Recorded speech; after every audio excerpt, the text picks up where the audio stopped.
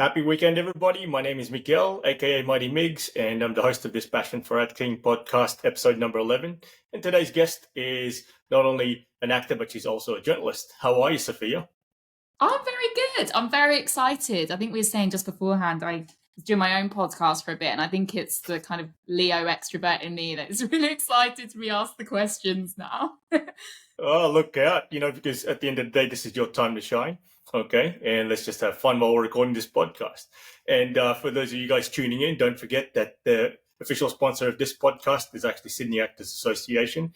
And Sam Haft is actually the head coach of that actual company. And he's my acting coach, and along with Sophia's acting coach as well. And if you want to visit their Instagram page in the description box below, go ahead and do that and just tell them that Miguel and Sophia sent you, and he'll look after you as best as we can.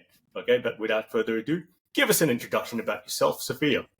Yeah, sure. So my name's Sophia. I don't know what I feel like. It's like when you're at school and you have to do them language kind of exams things. So I'm 29 years old. I never generally say my age, but I will say it in the context of this. And I'm a journalist. I do acting, as you said, at the same school as yourself. And I've lived in Sydney coming up for a year now, nearly exactly a year, which is very exciting. But as you can probably tell, I'm English and lived up to London before I moved here.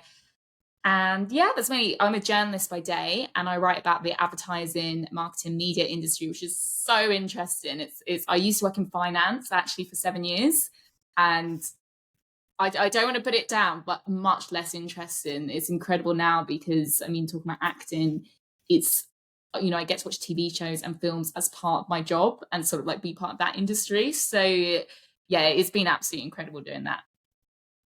Awesome, awesome. Yeah, that's actually interesting because you enjoy your job. Not many people outside of acting actually enjoy their jobs, and not only I can tell it's actually by words that you enjoy it, but you could actually feel it inside you to actually you actually enjoy journalism, huh?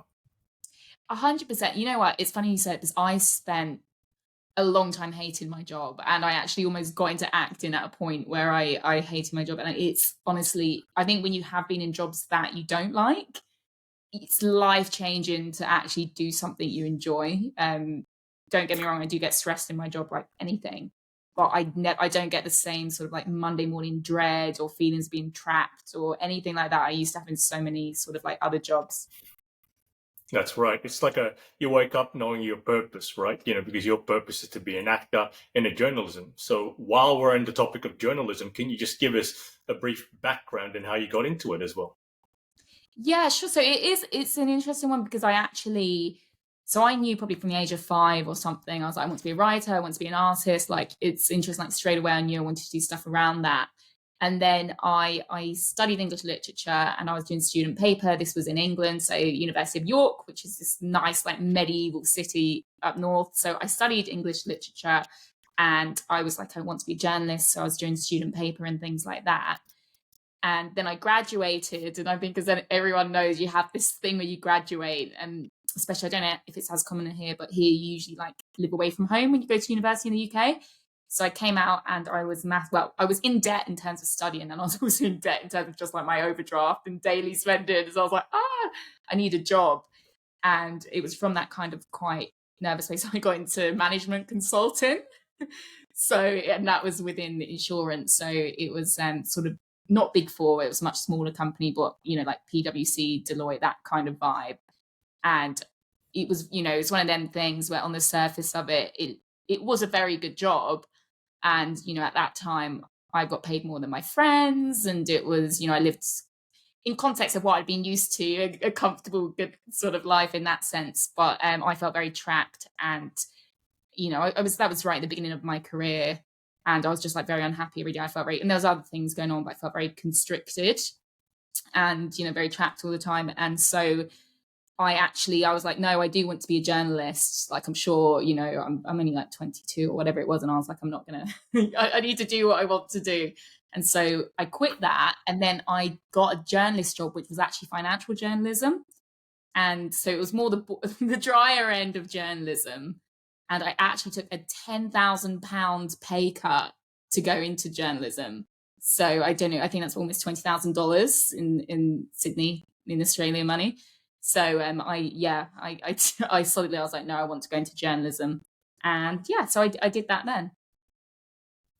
Yeah, interesting how you say that because like you took a pay cut because you would Mm, rather enjoy journalism rather than the boring ass 9 to 5 job that you were getting. Am I correct there? 100%. Yeah, I mean, I think the thing is as well, like, I might be wrong. No one ever wants to be an actor or a journalist for the money. Like, probably, if they want to do it for the money, they gotta check the markets more and look at a few other things because it's not that. But yeah, it was for me like being able to express myself is really important. And so Hmm. even my job was a very good job and it was actually a great company and I did work with really amazing people and it wasn't like a Hmm. bad job in a toxic environment or anything like that at all. But I felt very constricted. I felt very trapped. I felt quite at that time like very depressed, very anxious. And I'd almost this sounds very dramatic, but I felt so trapped in that environment. I'd almost like in bad moments think, oh my God, can I jump out the window or something? Which is funny because I could have just left, but I was very unhappy in that environment. And I think that's the thing because it was a very good job. And probably I'd be on tons more money had I stayed and been a management consultant and everything like that. But it wasn't a good fit for me. And I think, Hmm. you've got quite a strong drive to express yourself and to tell stories and write because I get to write opinions and things like that as a journalist. It's quite hard to do a job where you don't do that. And especially in lots of corporate jobs. I mean, I think it's changed a lot now. I mean, like I said, I'm 29, which isn't even that old, but I know like it's changed a lot now with like Gen Z and there's more of this be yourself kind of thing. But it's still like Hmm. that corporate world, it can still be quite difficult to express yourself. Of course, because nothing's easy in life. Because if it's too easy, like us actors especially, if it's easy, it's not worth it. You know what I mean? Mm, Because like what you said, even for now, like, I know money will be a byproduct one day, but I'm going to have to work hard for it. I can't just demand that I'm worth that 10, 20 million bucks per gig. No, but I have to prove that I sell butts on seats and, sell tickets in the box office. And for me, for that to happen, but I have to prove that when the time comes, you know what I mean? Because for people who want to do it for money, they're doing it for the wrong reasons, So, of course, like when I get paid for acting, it's a good blessing. It's just like money well earned. But mm, even with money I've earned from personal training, I've earned that like much better than when I used to do bartending, like and stacking shelves up in the grocery supermarket places and all that stuff. So it's money's not shouldn't be the main drive. I mean, it can be a byproduct. You want to live a good, comfortable life out of your good acting career, but you have to earn it. I have to earn it. Everybody does, So it is what it is. But that's honorable that you actually followed your desire and your ambition because you have to do what makes you happy, more at mm. the end of the day. Yeah, Yeah, yeah. And, journalism, did you have to get a, qualification for that at all or not? I didn't. So I like it. I went into the dry, like I said, I went into the drier end of journalism to begin with, which was finance and things like that. To be honest, at the time, there is a postgraduate thing you can do in journalism in the UK, which I'm sure it's probably similar to something here. I think it's like, I think it was like 10, 15,000 pounds or something. But I think at that time, I couldn't really afford and like spending more on my education wasn't really something, but I actually was able to gain the experience in that kind of field and gain a lot of great experience there and then kind of like move into an area which was probably a little bit more me. Of course, yeah, yeah, because a lot of things that you learn in theory, whether it's university or in fitness college, even Mm, like I'm gonna get off topic here, but when I was studying to be a personal trainer, right, it's in the context of the human anatomy in the context of fitness, and most of the stuff that we learn, I'm not gonna teach it to my clients because they don't care because they want to just get a sweat within that 45 minutes they're with me. So my point is that experience is the best teacher. So you actually fast tracked yourself in a good way that when you uh, I think that's a better way of doing it. I mean, if it's more possible in more different ways in different professions, that you got the experience rather than just going to university for 2 or 3 years or even more than that. Because you probably wouldn't have been as patient in that context, would you? So you just went straight into the market and you just started learning hand in hand with people more experienced in your field as a journalist, aren't you? yeah, 100%. I don't think I was encouraged to go to university. I had a school that was quite academic focused, so it's like go to university. But to be honest, I don't think I'm like I think I say me, like I think a lot of people, when you're a chronic overthinker, like doing something where you're writing essays all the time and everything, I think with the university, it's like even in the evenings, you could be working on your essay. It like never really stops. Whereas I quite like, you work, you meet people, you're on your feet, like kind of chatting and like you're quite present. And then it's kind of like your work day's over and you don't need to take anything Mhm. home with you. Or you might have to Of course. if you haven't made your deadline, you might need to, but generally, you finish work, that's it. It's over.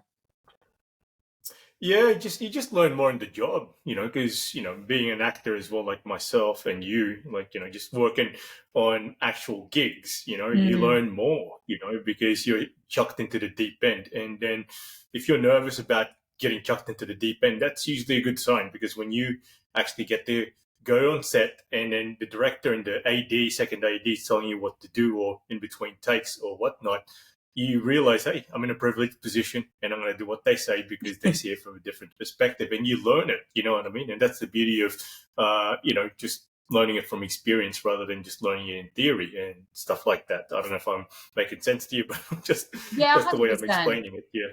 Especially like if you're self-conscious at all and you're like, oh my God, what do I look like? And, all that stuff. But, if you've done 10 takes of something, you're really over it by that stage. You're just kind of like, you're not, I feel like the realities of making something rather than thinking about making something is quite different.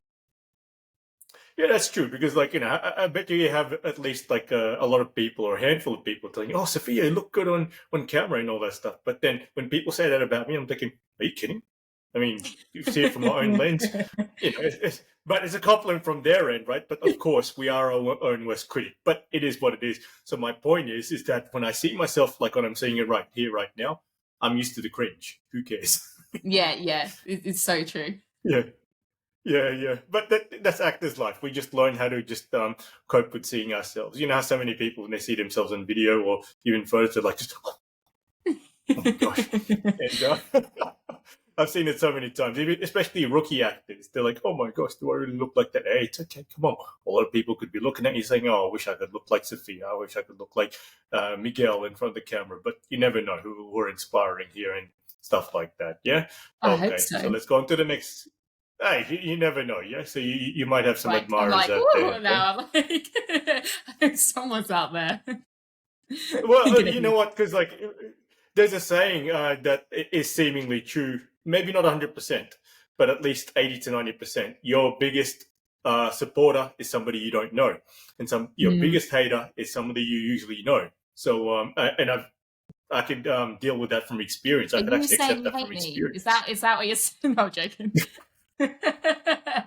Oh wow, wow. No, you know what? You put me on the spot there, so I was like, "Oh, I'm so sorry, Sophia." But anyway, that's good. You know what? I think British humor and Aussie humor is very similar. Because I think you and I can click in that context. Because of course, like I'm not like the original Aussies are actually convicts from your country, so it is. So Uh, probably the reason why. See, yeah. But anyway, okay. So how does acting and journalism go hand in hand with each other as careers, or how do the skills of both careers complement each other? yeah, it's That's the next interesting question. because I was thinking about this question, and I think a it's a lot of it is like a curiosity around people. Like I always said, if I was going to go back in time, I wouldn't have studied like English literature. I would have studied psychology because I think for me everything's like an interest. I'm so interested in people, and I think with journalism, I've been really lucky from whatever age I've got to, even when I was like 21 or something, I get to interview like these leaders or like CEOs and people like that. And, I was always like interested in it. It's funny because I remember when I worked in finance and I think I was actually, because I don't really, I probably shouldn't say this. I don't really have that bigger interest in finance. Like I care, I like to have enough money and things like that, but I'm not like I'm not generally like too interested in the stock market or stuff like that. But what I would love, which I probably shouldn't admit to that, but whatever, it is what it is. But what I would love is I'd love like the scene of it because in city of London you've got like all these, and same in Sydney, but especially in London you've got all these like massive skyscrapers, like humongous, and it's almost like it's almost like a scene sort of thing. So I'd go to these skyscrapers and they would have like these like immaculate people on reception, like people that look like models and dressed or wearing like identical stuff. And then you go in this lift and like you go up and you see like the London skyline. And then you go like to the top and you meet the CEO and interview them. And in finance, I mean, it was usually a man, if I'm being honest, usually interviewing him. But you see this person, you see them like in this office and like, views of London. And I was always interested. I think for me, it's almost like the set of that, which I kind of think is quite an acting thing, because I would always be thinking, how like maybe in the olden days you had these big palaces and you'd go see people like, well, kings and stuff. If you were a certain type of person, see kings in this environment and all this grandness and gold and like how the scene creates the character. Whilst in like the modern world or the world in finance, it was all like these skyscrapers, and I was all interested in like the idea of like status. And even when I was in like meetings or things like that, I was so interested. I'd always be looking at like everyone's body language and be like, oh, who holds the status here? And, when like you're looking at scenes, it's quite a similar thing. And how like everything like that. So I think that was kind of a thing. I think with journalism, you get to interview people and you get to ask questions and you get to like really look people in the eyes and like figure out. And it's all very, it's very kind of like ideas, and you can discuss ideas with people. And I loved sort of that curiosity for the sake of curiosity. And then, I guess like the most obvious parallel is that it's a different form of kind of storytelling. So with journalism, you are kind of, I'm trying to think of an example. So who have so say like I interviewed maybe last year, like some of the presenters from MasterChef, or some of the judges even from MasterChef in Australia, and you're finding out like what got them into cooking and what got them into TV and like what their passion is and how they feel being on a TV show that goes out to hundreds of thousands, million or so people, and what their relationship, what it's like being hounded by the press, and what's it nice to like have nasty things written about you. And then you kind of like telling that story to people. So yeah, I think there's lots I think it's different ways of storytelling. I find journalism could be, you're a little bit more in your head sometimes, whereas acting, you're more like feeling the story. But I would say it's different forms of that, and different forms of looking at people like both individually and also like as a society.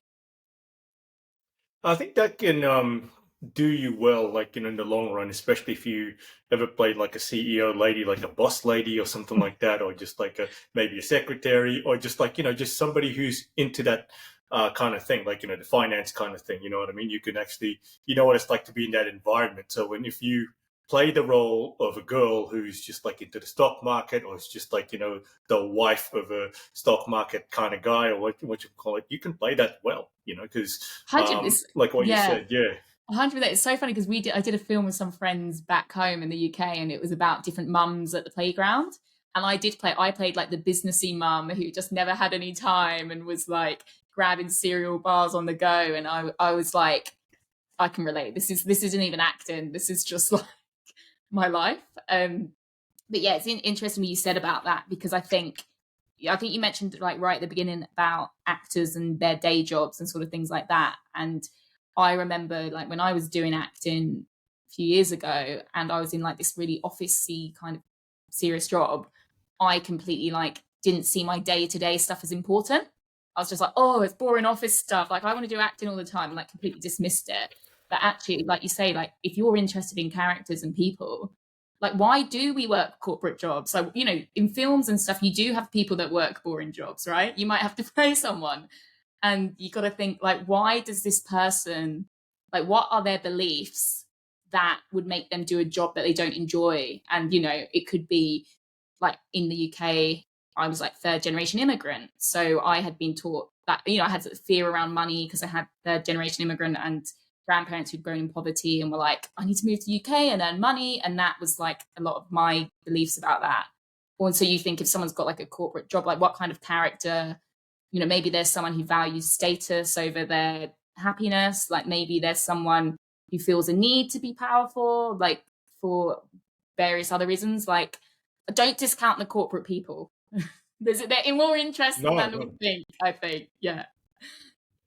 Yeah, I think they run the economy, the corporate people, because I'm not a corporate kind of guy. My brothers are, but I got two younger brothers, and they're both corporate kind of guys.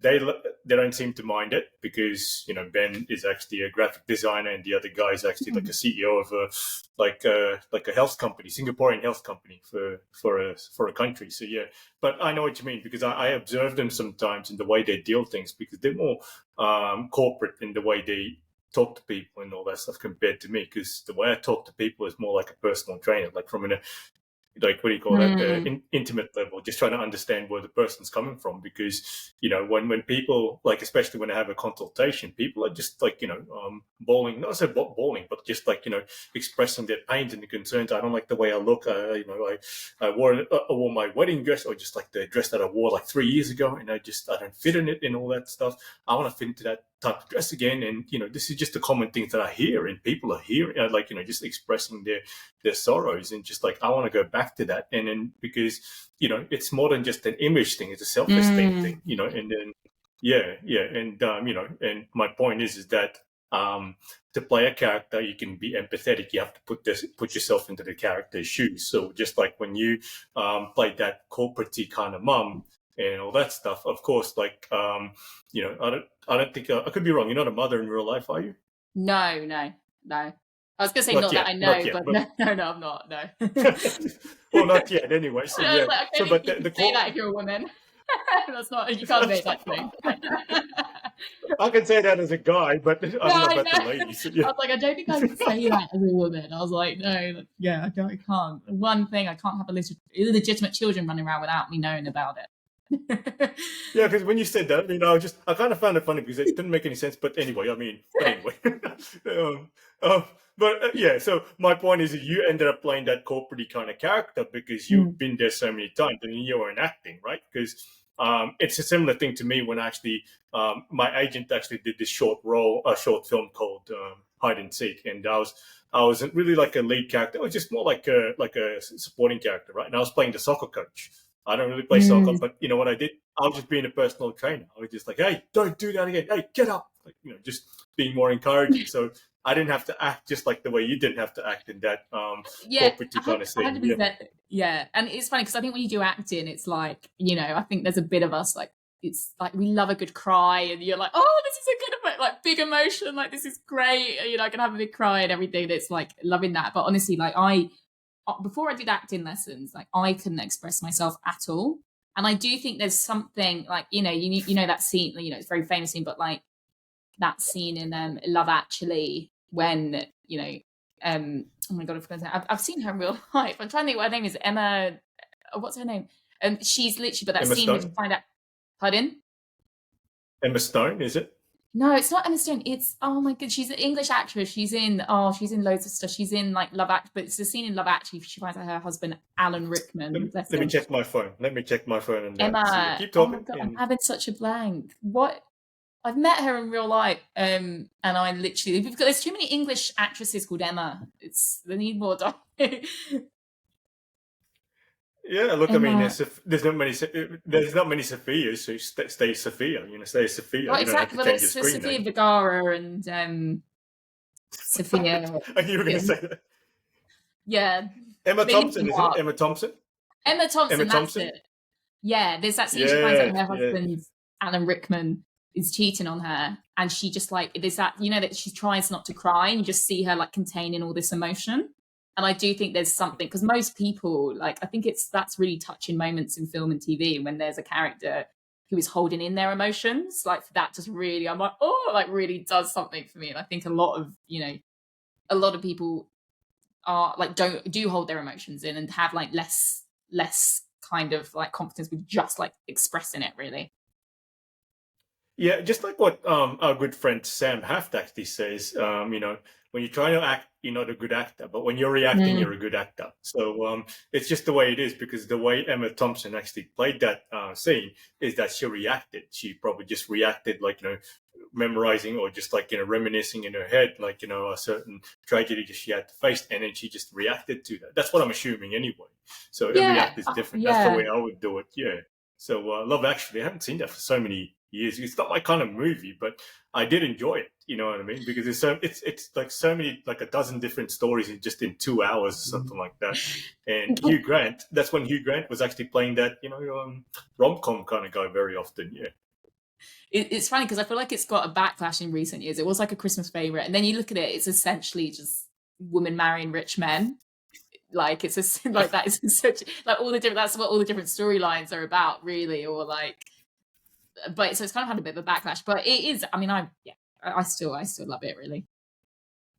Well, you know what? I mean, I'm feeling peckish all of a sudden because I haven't seen that for so long. So I'm not into love stories or anything like that because I'm an action movie buff. But I might just get out of my comfort zone tonight and just say, "Hey, look, just get out of the comfort zone so I could actually just enjoy watching action movies again." But come to think of it, what I did like watching about it, it's like so many different stories. But that come to think of it, like you said, ladies wanting to marrying a rich guy. But it is what it is, because that's just the way the ladies like the guys. They want the guys to be more stable than them, to provide for them, and just to make sure that they're actually secure under that guy. Because I mean, let's face it, no, I don't think there's any lady out there would want to, meet a guy who's broke and all of a sudden she wants to marry him just because he's broke. No, but it's just what it is. You know what I mean? But nothing wrong with that, you know what I mean? As long as she's not a gold digger. So that's all that's all us guys think about. If I'm already rich and successful, if I ever get married, I want her to be supportive through thick and thin. You know what I mean? Not just for the good times, but but that's just the way it is. Yeah.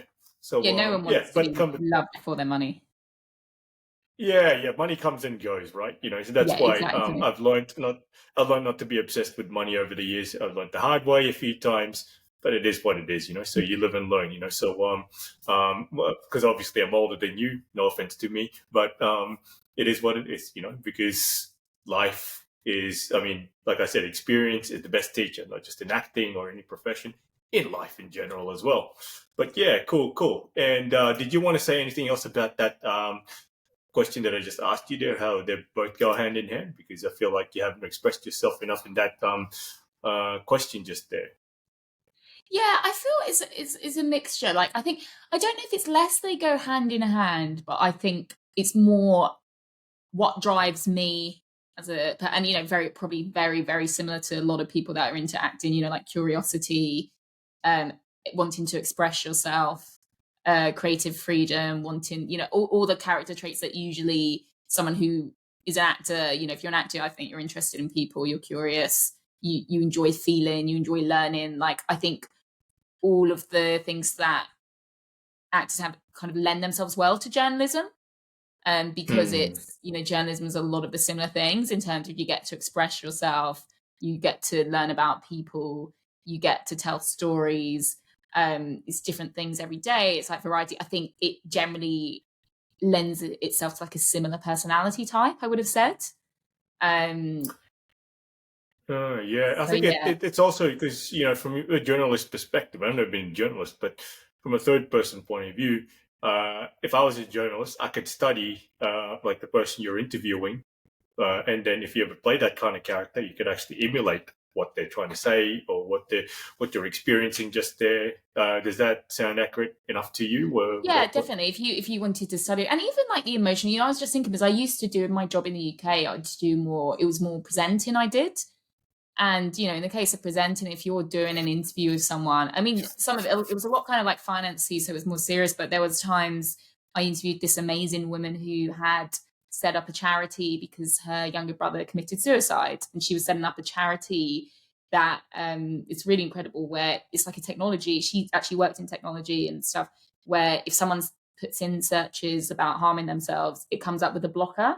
Like, it comes up with a thing saying, if you need help, call this. And it's actually been shown to save lives. Oh, that's good. Yeah, like I think as a journalist, like sometimes you interview people and it's really emotional. I could just see this woman, how the pain in her eyes, I could feel it and see it. And I think if you're doing more softer journalism, like more like people-based stories and things like that, I mean, it can be emotional. Like people tell you things. And it is very emotional and real, and it's that same, for me, it's that same feeling in my stomach as when I do acting and I look in someone's eyes and I see an emotion in their eye, and then if they're sad, I'm like, oh, like, that real like connection to emotion. So I think there's that. It's that because there's lots of different types of journalism. And yeah, you can Yeah, get the some. eyes are actually the window to the soul, and I can actually understand that. And because one thing I admire about the female biology is that you ladies have very good intuition compared to us guys. Yeah, Okay, and I've had to learn that the hard way. Yeah, especially with my own mother, because yeah, yeah. I was a bit of a problem child. Okay, I'm not going to get into too much detail because I've got an image here. So, but at the same time, so what I mean is that you can normally tell you ladies can normally tell through a guy or a girl's eyes for what they've gone through, right? Whether they've experienced a lot of certain things in life or not, right? Yeah, 100%.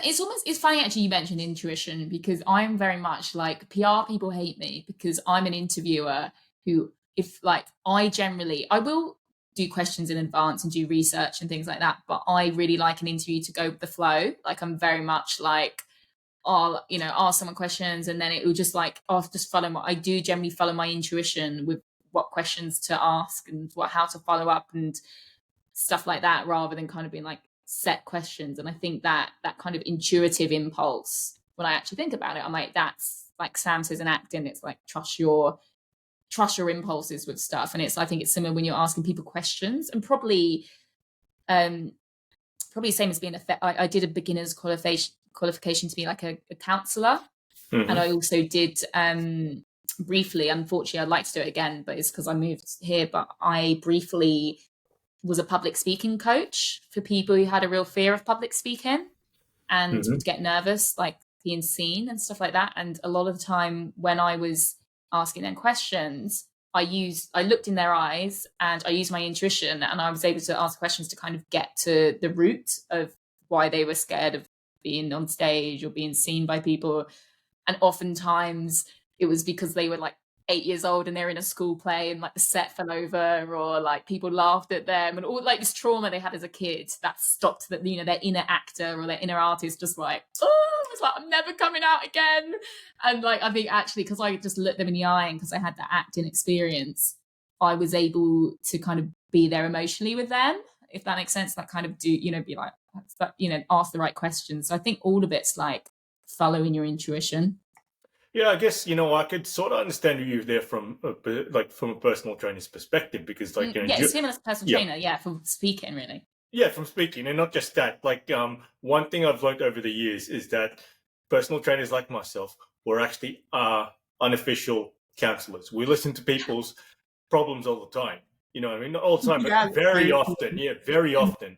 And I've learned how to empathize with people because of that. You know what I mean? Because I don't have the answer to if somebody's going through a divorce or like they have a problem child or their house is burnt down or whatever you call it. I mean, that's too extreme. But that's my point is that the best advice we can give to people sometimes if we just listen and see journalism is actually a form of listening. You know what I mean? Yeah, because when they express what their kind of grief that they've gone through, especially that lady who had a brother, was it a brother or a dad who committed suicide? It was her brother, her younger brother. Yeah. Okay, so her younger brother, actually committed suicide, and I bet you she felt a little bit better just talking to you about it afterwards. You know what I mean? Of course, it was painful for her to actually express it while she was doing it, but at the end of it, she just felt a little bit more relaxed. Well, I don't know about relaxed. Maybe just like there's a little less pain off her shoulders, and the grief is not as painful anymore. That's what I'm assuming anyway, because like I see it all the time from a personal trainer's perspective. Because sometimes, like I remember like there are a couple of times, actually a few times, where a few of my old clients actually, when they finish training with me, they have to move on to bigger, better things. Like they got a new job, or they could no longer afford to hire my services.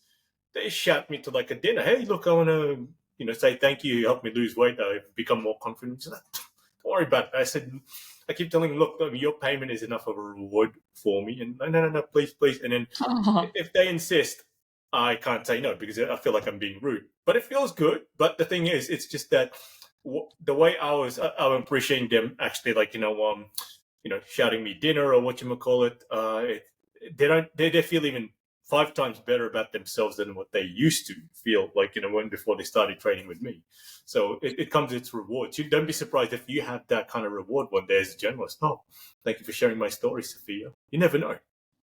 Yeah, I think a lot of it is interesting because I think a lot of it is because I don't know if this person, I'm sure, like, you know, I don't think anything I said I could have done or anyone could have done could have made it feel better. But I know that often when people have like a tragedy, they talking about it because, like take like suicide, for example, is still very taboo. And even it's still like there's lots of these topics that having, you know, suicide is very taboo, and depression and anxiety are also taboo, which goes hand in hand with the suicide things, as if people can't talk about it. These things are still, or even actually, it's interesting with acting because what I found is, I got into acting when I had anxiety, and at that stage, just was a long time ago, was suffering like depression, things like that, because I couldn't express my emotions. And I think it's bringing that stuff out because I think we might have a culture now where people will talk about mental health and things like that, and is getting a bit less taboo. But actually showing emotion in front of people, like maybe it's different in Australia, but I know in like the UK, like feeling and showing emotion in front of people is still very scary. And that was it's one thing, like kind of talking about something, but actually, I don't know, like showing vulnerability in terms of actually feeling it, like crying in front of people, all that stuff. For me, that's still, acting was where I learned how to do that. And I think it's like you can be vulnerable and open with what you say, but actually being vulnerable and open with your emotions is quite, it's a different thing. Yeah, that's true. That's true. Because there's a right time to be vulnerable, especially as an actor, right? Mm, Because if the scene requires you to be vulnerable, you have to prepare for that, like emotionally as well. Like that's what rehearsals are there for, and that's what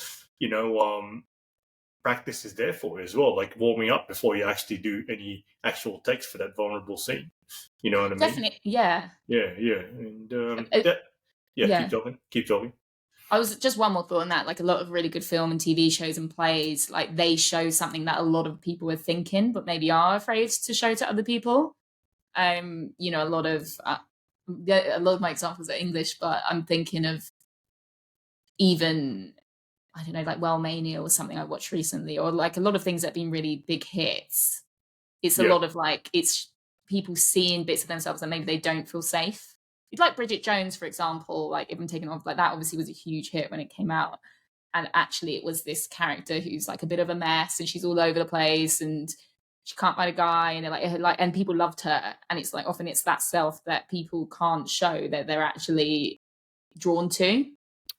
yeah, of course, because they can relate to that. Because like what Mm. our good friend Sam Haft actually says, like people come to see us acting to see themselves. So how can they relate to us when we're performing, if I'm dying or if I'm heartbroken or if I'm happy that I in a scene, or if I won the lottery or just I got a promotion. So people can actually get moved by that if they can relate to that, because otherwise if they can't see themselves actually relating to that, they're not going to feel anything from their end, as the audience, because it's storytelling. So 100%. Yeah. yeah, and then that's the beauty of acting and just being able to express yourself, because it is what it is. And because especially a lot of guys who I know, and for me, I don't show much vulnerability in real life, only do it for to my mates, only because I know I can trust them. But it's not because I don't trust other people, but I just feel more comfortable just doing it to my Mm. mates, you know what I mean? Or just mates who could relate to what I'm going through, or just they've got more life experience than I do.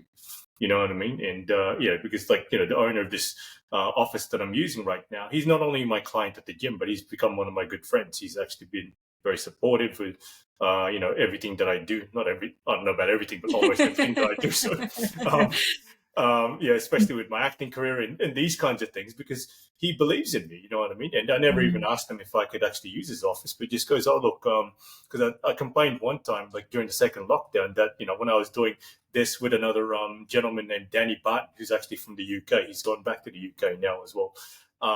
So I had an interview with him, and during that time, like, of course, I still have a few housemates, the same housemates, and then in the background, I could hear them, like, just closing the door, or just flushing the toilet, or just like and or using the microwave, and it can get on my nerves. But the good thing is this background noise that he actually, but it was still distracting for me. And I told him about it. He goes, no, just come use my office. It's nice and quiet over the weekend, and like are you sure? I said, yeah, cool. And he gave me a copy of Oh, the keys, and it is what it is, right? So I'm grateful so that because of this, I can focus on just talking to Sofia Geraghty, just you and I in this podcast. But people are going to hear about this, so they're going to be like, oh, that's nice to hear. So it is what it is.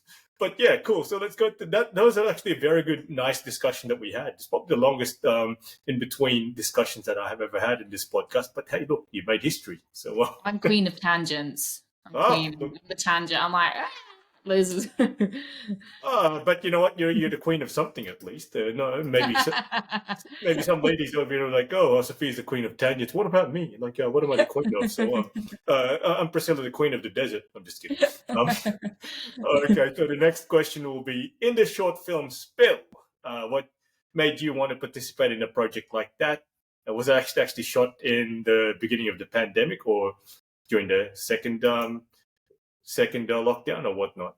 It's all a bit of a blur. I think it wasn't in during the pandemic. I think it was after. But it's all a bit of a blur when it was, but it was after because it was about someone who she has psychic powers where she basically sees the pandemic before it's happened, Mm-hmm. and like by touching leaves. And it was interesting because I saw this role, and I think it was like I quite like my spiritual stuff and all the intuitive stuff and everything like that. And this character was sort of, yeah, I'm like very into like all the energy and everything like that. So this like this person who kind of Hinduism, is it, or Buddhism? Is that what you're into, well, or? it's not really. I mean, I'm the classic kind of like cliche yoga girl who's likes all her spirit. It's like, oh, I'm not a religion. I'm more like spiritual. Like I'm definitely that kind of vibe rather than any set religion. Oh, okay. Um, You say yogurt? yeah, like I like I'd go on like my retreats and stuff like that, and go and do like inner child work and crystals and horoscopes No, and you said because you're supposed to say yoga, but you said yogurt for a split second. No, yoga. yoga. You- Oh, yoga, yeah, I do love my yeah, yoga as well. Maybe that was yeah, a maybe but that you, was a but you accidentally said yogurt. As in like yogurt, like as in like the dairy. I do love yoga. Well, or yogurt as we call it in England. But no, I do love yogurt. So yeah. So actually, maybe that was a The way Freudian slip. you just said yogurt, it sounds like the way Gordon Ramsay normally says it. That's Yogurt, almost, yeah, yogurt or yogurt. Yeah. restaurant. So yeah, would you say you got more of a posh accent, don't you think, or what? I don't know, but Sam's always saying that I don't pronounce my G's. I go through stages. I used to have like a posher accent. I kind of like, I think it's like an acting thing. I'm a bit of a chameleon because when I went to quite a posh university, and then I was working in London, and I started speaking really poshly, and like I sound more posh. And then I got joined acting, and it was quite like a kind of like gritty acting school, and it wasn't. And then I like changed to change my accent to be Yeah, less posh. if I close my eyes, I think I'm talking to Liz Hurley here. It's like, Well, when I did like some like stand up comedy and stuff in England, and I was like my accent. I was like, all right, guys, how are we doing? Like just oh, just keep it the way it is because, like, the way you're speaking right now, it's cool. It sounds cool. It sounds posh. Keep doing it. Unless I, unless you I, unless you I roll. don't know. Probably it's the people pleaser in me who's desperate. I'm so surprised I haven't got an Australian accent yet. I should have definitely had. I should definitely be having an Australian accent by now because of my people pleasing tendency to be like, I want Well, to fit in. you want to turn out like Sam because, like, Sam, I can only hear his English accent if I listen to it carefully. But when I first met him, I full on thought he was Aussie. But when he told me he's originally from the UK, I'm like, oh, now I can hear it. So Yeah. It's yeah. I get that all the time. Yeah. I was yeah, like, yeah. oh. Yeah, because, like, I asked him to do a Liverpool accent. Remember how, like, we were in the train, I showed you that guy, like, the UK scariest debt collector, and the guy's like, I'm not fucking about, I don't give a shit, and like that kind of accent. He was actually imitating that very well, and I'm just like, oh shit, you could actually play this guy in real life. It was just, Yeah. yeah, and I think I'll train you for like 6 months. You can get buff like that guy. He goes, oh mate, I'd rather lose weight than get buff. That's what he said to me back then. So yeah, yeah, true. But most of us would rather lose weight than get buff. But it is what it is. So yeah, that was interesting. That 14 minutes or 15 minutes of watching that spill. Yeah, because like that reminded me of an X-Men character when you actually had that eyes, like your fiery eyes. Yeah. Yeah, I think it was Jean Grey, like as Phoenix, and I'm just thinking, oh, just work on your American accent, and then you could actually play Jean Grey maybe one day. So in a reboot, you never know. It was interesting watching it back because obviously I mean, we were like filming that like in park in London, so I wasn't. It was just me with my eyes open, and then obviously you watch it back and they've edited it, and I'm like, oh, I was like, oh, it was very cool. I can imagine because like if you're really angry, that's how you look like on the inside, right? Like, Yeah, exactly. I was like, oh, yeah. oh, there's nothing wrong with that because like if you're actually in the moment right there, you're just thinking about the things that pisses you off when you did that well. Okay, so you were just in the moment for some reason, I was actually meant to be concerned rather than angry. Now I'm a bit like I gotta watch I'm that working. again. I gotta watch that again.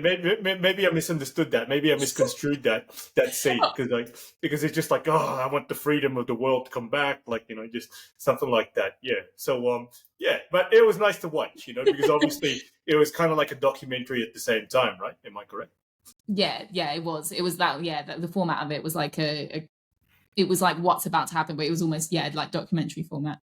Yeah. Look, I'm not gonna get into politics much because I'm not really much into politics. But yeah, your uncle Boris, it was actually the highlight of that short film, was he?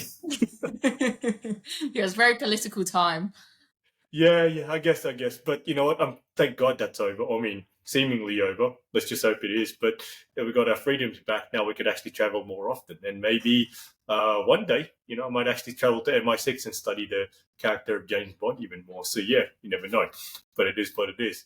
But yeah. Anyway, so the next question: what is the highlight of your acting career so far, Sophia?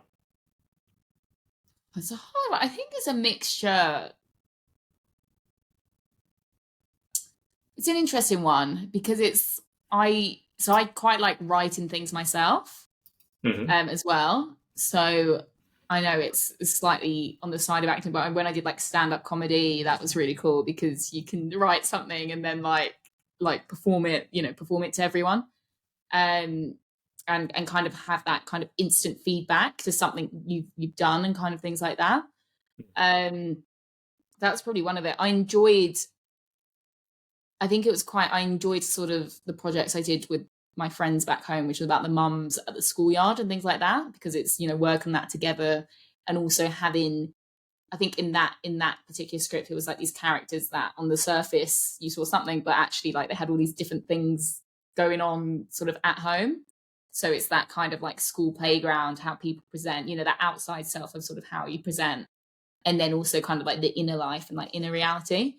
So I think that was good. But yeah, it's a mix. I do quite like the actual sort of like performing side of it. So I've done like, written poetry and performed that, and also like the comedy and kind of having that instant kind of in a room full of people and having that sort of energy, I think I've quite enjoyed.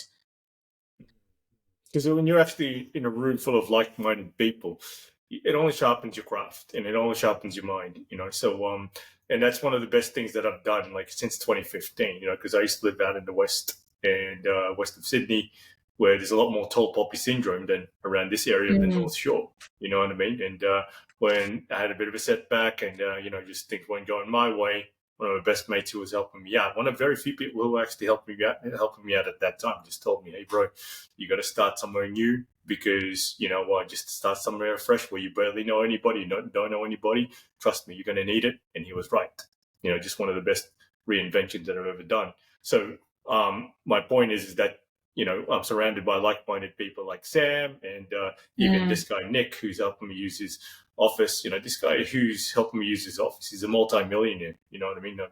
Yeah, from a different perspectives, because and when you hang out with people who are more successful than you, or with people who are like-minded or supportive, it only sharpens your craft mentally and physically as well.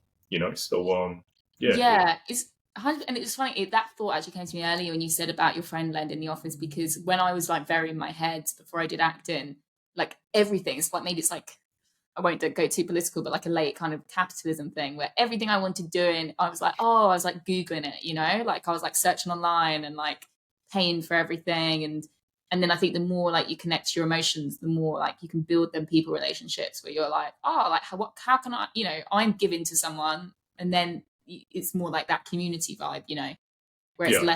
it's less about you and like, oh, how can I get this and stuff like that. You're actually like, I'm building authentic connections with people, like I'm helping them, and like we all kind of helping each other, where it's more like, you're like, oh, or can I ask someone for help or whatever it is, rather than everything's going online and Googling. Do you know what I mean? Yeah, because like when you look on things online, there's only so much you can learn. But when you have people giving you practical help or whatnot, whether it's just out of generosity or professionalism or what you might call it, you get to learn more about it, and you actually tend to appreciate that more. Because I've had clients in the past where they said that they watch YouTube videos or they have online personal training with a coach from another country or whatnot, and they don't find it as beneficial as doing face-to-face personal training, because it's something, I don't know, it's just like it's more practical that way. So just like with what you're saying here is that it becomes more practical when you can give and take to some people, because obviously from my perspective, I like to give when I can, and if I don't get anything in return out of it, that's okay, because I've done the right thing. But if I do, good. But if it doesn't, but usually it actually comes back, because what goes around comes around. Yeah, so you can relate to that as well, right? Yeah, definitely. Like them human connections, rather than, I sound like a grandma, but like rather than everything kind of being on the phone, like, oh, I want Right. this, I need to like do this. It's like, rather than being like, oh, who do I know who has like a space I can borrow, or who do like where, like just stuff like that, really. Yeah, who could help me with the script? Who could help me Yeah. who could help me develop the characters and all that stuff? So yeah.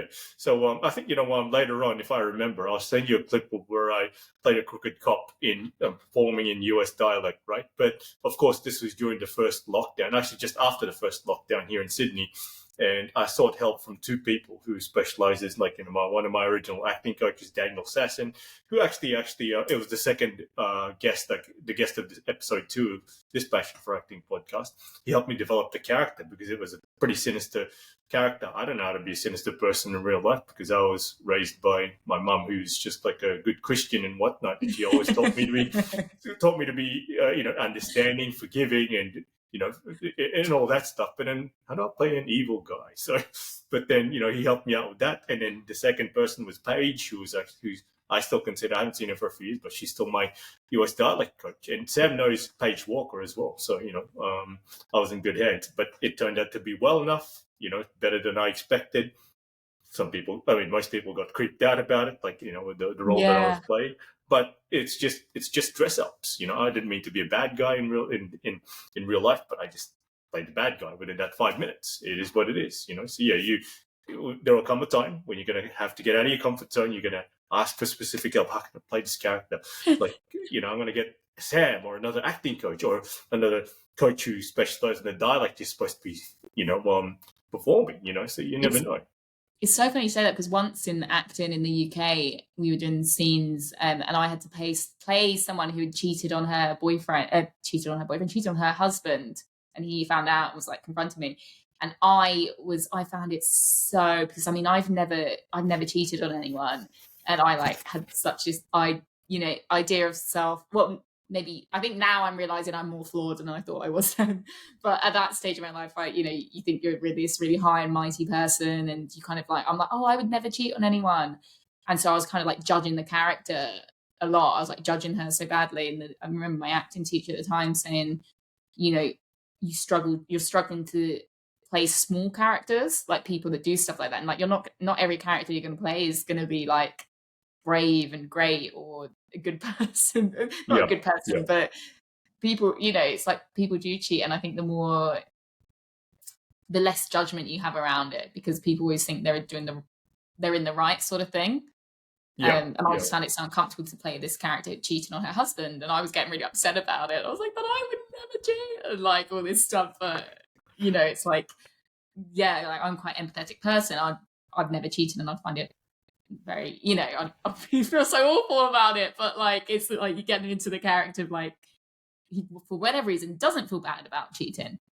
Yeah, but remember because whenever we as actors actually feel that way, I don't want to play this evil person or yada yada, wicked witch or wicked bastard or whatever you call it. Remember what Sam says, it's just dress ups, it's Yeah, and that's the safe bit about it. We're just storytelling, who is acting? When we're acting that kind of character, we're just storytelling from my perspective. It's like, why did I play the bad guy? Why did you play that cheater? Because you're not a cheater in real life, but guess what? It's only dress ups, it's just Yeah. meant to have fun. We're not here to offend anybody or anything like that, but it's just, we just want to tell the story. We want to make them feel like they're actually in that position. You know what I mean? Yeah. But that's the fun of acting. Okay, that it is what it is. And the last question here. Okay, so what inspires you to do the podcast and audio books that you record? They're pretty decent, actually. So yeah, even though I haven't listened to them. Thank you. It's funny when I went home to the UK because my it's obviously the podcast I did, Women is Born Free, was aimed at women, as you can guess by the name. And I found out my brothers and my dad had been listening to them. And there was one where someone I interviewed was talking about sex and orgasms and stuff being a woman, and my brothers dad were listening.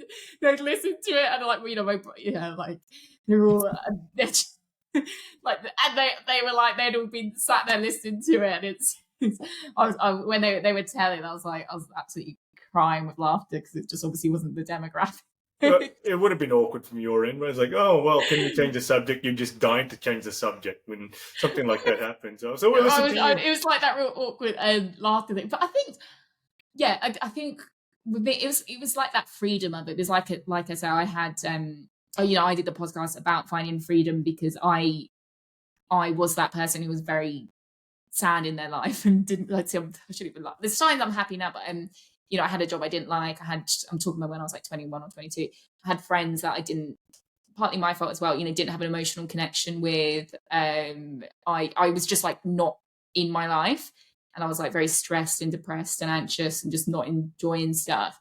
And then obviously I've been on this whole thing, which acting was a massive, massive part of it, where now I feel very free, even to the extent of moving to the other side of the world and doing a job I enjoy and being in the creative industries and acting and like emotionally free. And that's been like a real journey.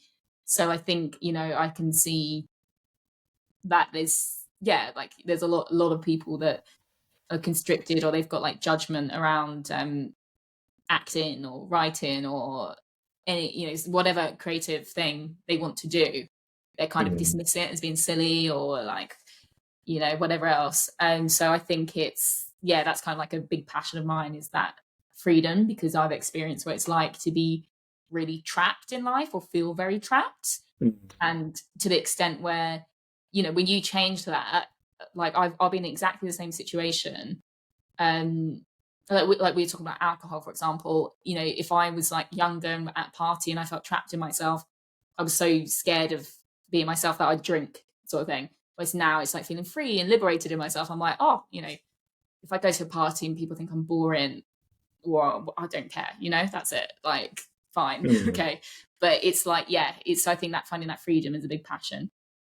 Yeah, I think like when you do what you think is right for yourself, and when you're actually following your passions, it's just priceless, So you wake up with a purpose, and when you wake up with that purpose, you're just excited. The only hard part for me when that happens is getting out of bed, just stop it, pressing the snooze clock. But once I'm up, I'm like, I'm up. I'm gonna have breakfast. 100%, yeah. And when you don't have that freedom in your life, that's when you have all these addictions and things like that, because you're desperate for that freedom. Whilst if you're actually like in your purpose and you're doing things that feel you, it's like it's just a different life to lead, I think.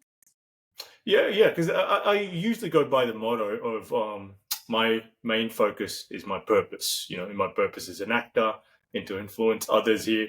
Because I love to inspire people. Because you love to inspire people in your different way as well. And you got to do what you think is right for yourself. And you helping these ladies out. Because you can speak from experience. Because how can you help them out if you're not speaking from experience? You know what I mean? So you could tell them, okay, this is how I dealt with it. Maybe you could do it this way.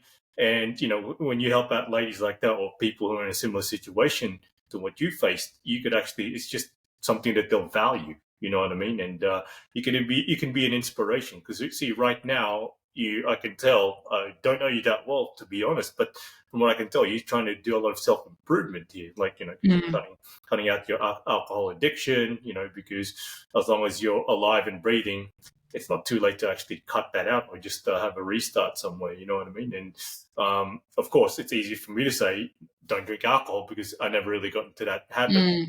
You know, I've only been drunk once, as you know, and I hated it. The aftermath of it, like it was just, it just affected my whole week of training. You know what I mean? I got cramps and I just got lethargic within less than 15 to 20 minutes after my work. Oh man, I'm not ever going to drink again because it just sucks. I hate that feeling. You know, I love staying focused, and you love staying focused. You got to do what you think is right for yourself, because I certainly believe that you are what you do, and you are who you hang out. You are who the type of people you surround yourself with. You know what I mean? So if you hang out with successful people, like-minded people, ambitious people, or like people who you aspire to be, you're going to become that person. But if it's the other way around, you're not going to be that kind of person. You're just going to be miserable again. You know, you don't want that, and that's a good thing. You know what I mean? Because when it comes to friendships and networks, it's just quality over quantity. You know what I mean? And the quality should come first, and the quantity will come sooner or later. And that's just the way I look at things. You know what I mean? It'll just flow, without a doubt. Yeah, 100%, 100%. And you know what motivated me for acting was emotional connection. Like I wanted to feel connected to myself and other people, which is funny because we think of acting as putting on a mask, but you know, going into a social situation, and whether it's drinking or whatever it is, like going in and being like, I want people to think this about me. I want them to think I'm like successful or smart or pretty or wherever else it is. You know, that's not actually about connection. That's about your ego essentially, and how you want to be seen. Whilst actually, you know, going into relationships, whether they're friendships, romantic, whatever, someone you've met, and actually wanting to connect is a very different thing. It's a very, you know, it's not about, because if you're trying to get them to think something of you, you're kind of acting in the sense of putting on a mask, not the good kind of acting. Whilst if you're the more like authentic or vulnerable you are, the more you can actually like, that's connecting, you know? Of course. It's expressing, right? Because after you finish your take, or you just finished for the set for the whole day, or just like it's a wrap completely, you just feel this sense of accomplishment as an actor, you know, because it's just like I expressed myself as that character who was a bad boy or was a bad girl or a good boy or a good girl. So no matter what it is, you just feel happy about it. You're like, oh, thank God, my part is done. Then let's just hope that the editors will make me look even better. Just kidding. But yeah, that's what I'm hoping often, actually. So yeah, that's what I'm hoping often, because like the way the edit can make me look better or good. But anyway, that's beyond my control. So yeah, but it is what it is. But before we conclude this episode, did you have any closing statements to our fellow actors or anybody who they're out there who just may need some encouragement? I think it's interesting because I feel like I already like learned a lot from this conversation. I'm like, oh, I want to go journal and stuff. But yeah, I do. I think for me, it's that identity maybe around being an actor or being an artist. You know, I do think, I think it is a lot, you know, I talked about following your intuition and following your instincts and stuff, but that is very much, it is your relationship. I think the only difference between like successful people, if we want to say that, or people that do their things, is how much they value their own instincts. Do you know what I mean? I don't think it's that this person's better and things like that. It's more like how seriously you take yourself, and not being serious in the way of actually being serious. But if you're like, I want to act, I have a strong desire to act, or I have a strong desire to write, or whatever it is, like I think really like taking that seriously. And you know, it kind of, yeah, we'll talk about alcohol, or like, or whether it's being on your phone or like whatever it is, when you actually, the more you actually really value your intuition and like your urges to do things, the more you're like, this is more important than going to that party I don't really want to go to, or this is more important than going to a party and trying to get loads of people to like me. That like, do you know what I mean? Like, this is because when the more you like trust your urges and your images, like, you know, if you've got an urge to write a poem, like that urge is there for a reason, like do it, you know, or whatever it is. Like it's that's there for a reason. And I think that's kind of linked with like the spiritual beliefs I have. But it's that our dreams, our images, things we get on, like our passions, we need to take them seriously. Like I'm very firm believer, like they are to be taken seriously. And so much like we dismiss for external things, but it's like, no, like this is like me wanting to move to Australia. That's not, you know, I need to take that seriously, right? So yeah, I think that's probably it. Oh, okay, well that's a good call then, because at the end of the day, you got to follow your heart, and because of course, like your heart and your intuition may not be right always, but it's usually right. You know what I mean? Yeah. And It's right when you learn the lesson you need to learn. So oh, of course, because that reminds me, before we conclude this, is that there were a couple of times when I had to bail out on people's plans, like to catch up with me, because one, I had an audition and I had to do a self-tape, or I'd rather just stay home and just practice scenes for class, or just say just rehearse for an upcoming audition. Like I will after this, when I go home, I'm gonna submit a self-tape. You know what I mean? Even before you and I were just having this conversation here, I spent like half an hour in between that, brief, oh, hello, how are you, blah, blah, blah. Within that half an hour, I just practicing that scene, you know what I mean? It's a short scene, but I'm just experimenting, just like not only practicing the words, just like observing what the context is like, you know what I mean? And I was just practicing that. And then, just like 5 or 10 minutes before we ended up just starting recording this, I just said, no, okay, time to get into podcast mode. So it is what it is. Just stay proactive, and being proactive, you feel more accomplished at the end of the day, So, but it's what it is. Yeah. Well, thank you for tuning in, everybody. If you haven't done so for this episode, please press the like and subscribe buttons. It's greatly appreciated, and not just by me, but Sofia Geraghty herself, who's actually the guest. Do it. The guest of it. Do it. It's gestures like that that's going to help us not just grow the channel, but it is going to encourage us to keep moving forward with more episodes like this. Until the next episode, everybody, please stay safe out there. I'm Miguel, aka Mighty Migs, and this is Sofia Geraghty. Have a good day, everybody. Adios.